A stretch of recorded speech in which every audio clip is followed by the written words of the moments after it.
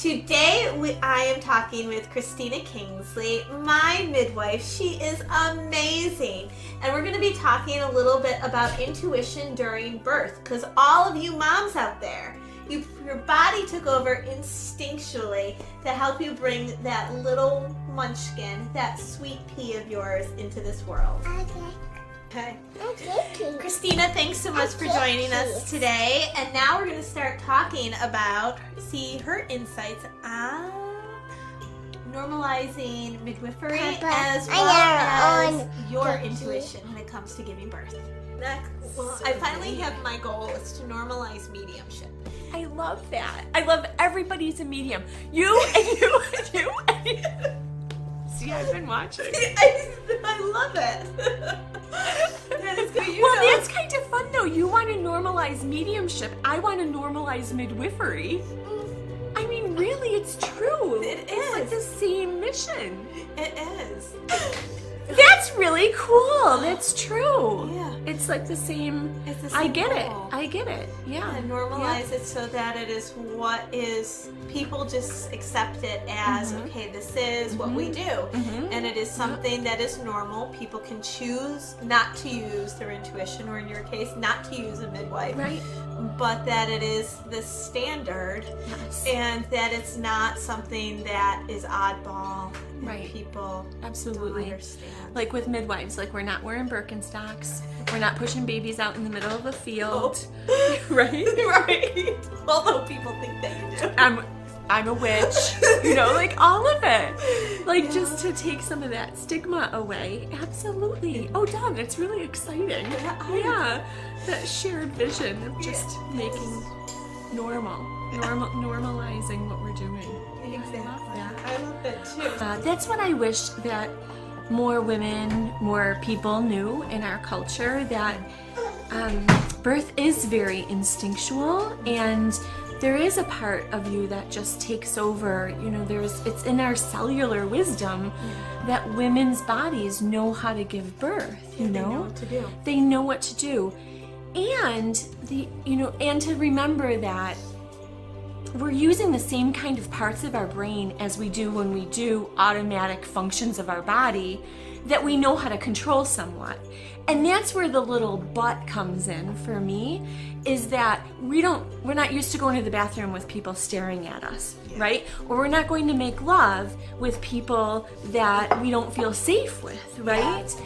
And it's just like that with labor and with birth. And that's one of the reasons why I talk so much to women about how important it is to surround yourself with people that you know and that you love and that you feel safe and comfortable with, and that you've developed a relationship with your care provider so that you trust that woman, that person, whomever you choose, that you trust them, that you know what each other wants. You know, there's a big talk about writing out your birth plan. And in my ideal situation, we would be able to provide individualized care so that you don't have to write a birth plan, because by the time a woman's given birth, we've developed this intimate relationship with each other where I know what she wants, they know what my informed choice documents say, they know what I'm comfortable with at home or in the hospital, they know what's going to require more monitoring or whatever the situation is. And so we don't necessarily have to write that down on paper because we've developed that. And that bubble of safety and love is what helps birth to go so smoothly. You know, and I understand from my friends who have gone through it, where every appointment they see a different doctor so that they're comfortable with whomever may be in the room when they deliver. I can't imagine that. And that's another part where women's intuition comes in, because I've heard from so many women, I have to see somebody different every time I go in, or the person that I really like might not be on call, and they know it doesn't feel right, right?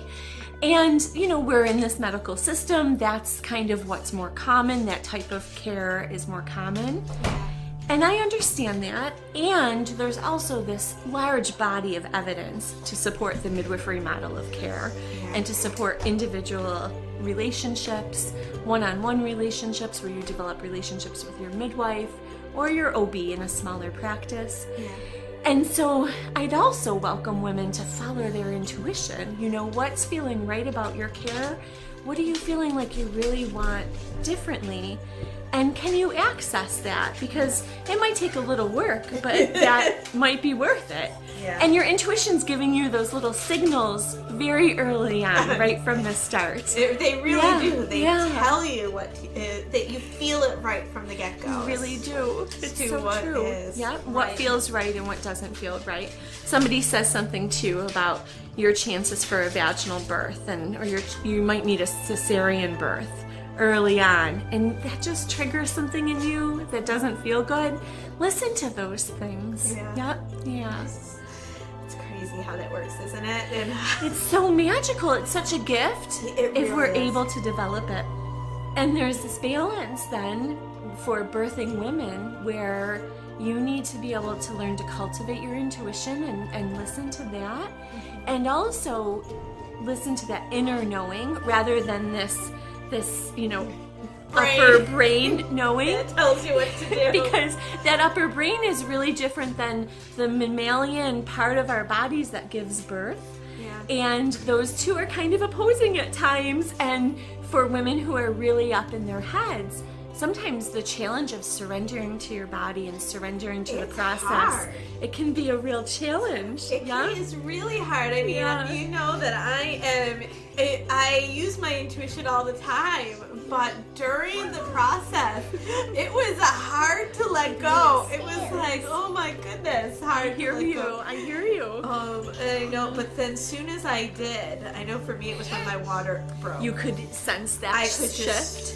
feel that shift, and at that point, everything just went and I don't have any recollection from when my water broke to when you got here. And it was it's funny though, because my body just sort of took over. Right, exactly. And I know that I was coached by wonderful, I had surrounded wonderful by people.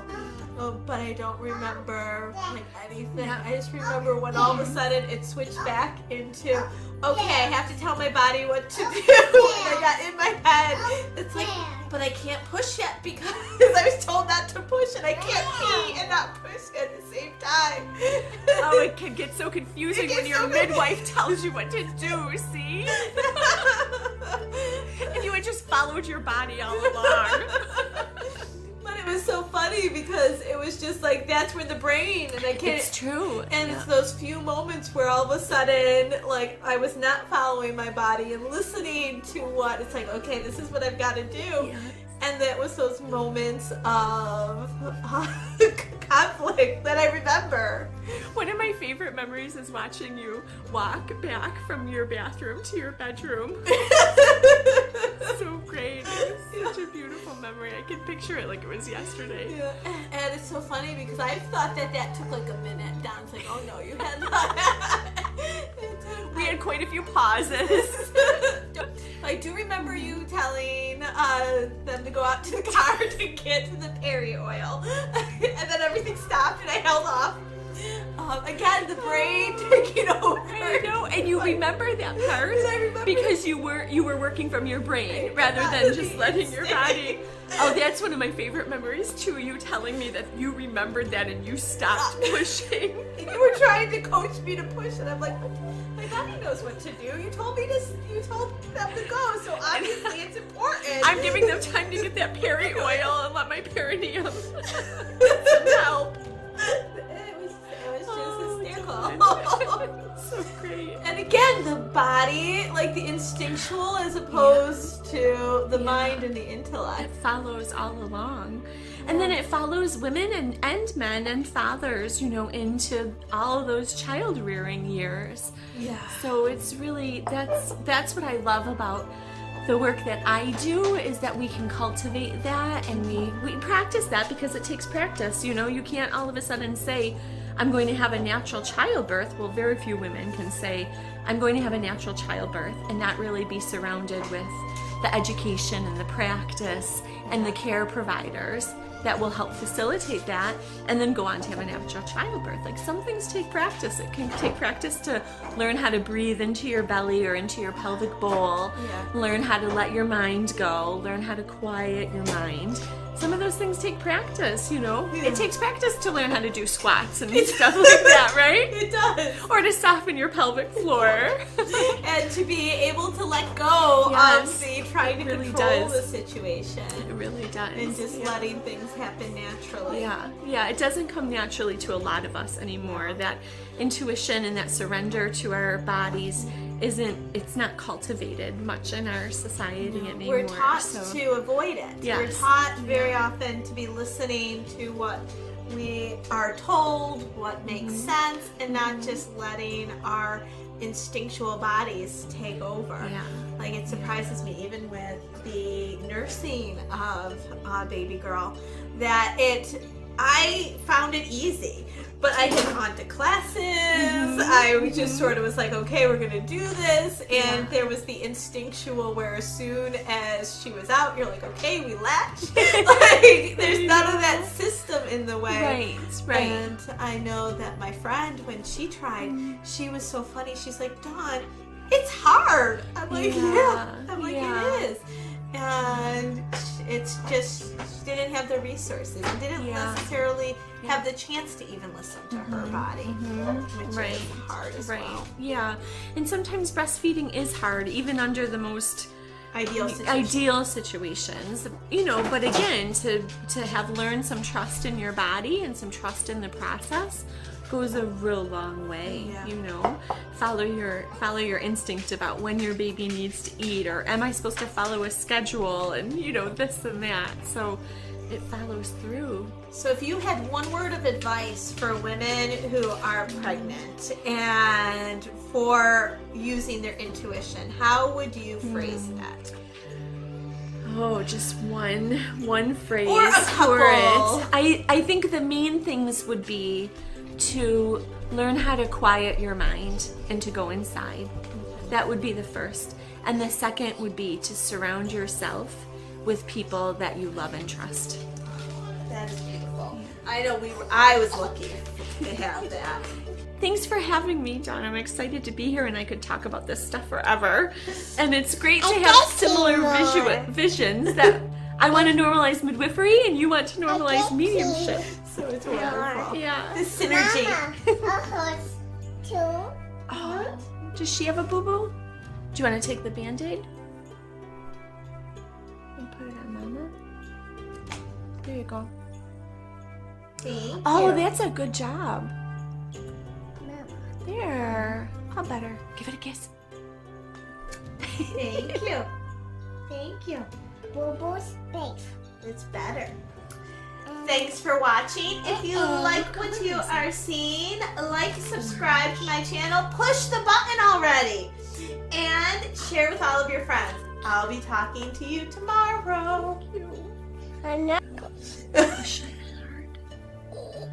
Yeah, there you go. You kiss it too. Make it better. Thank you. Kisses always make it better.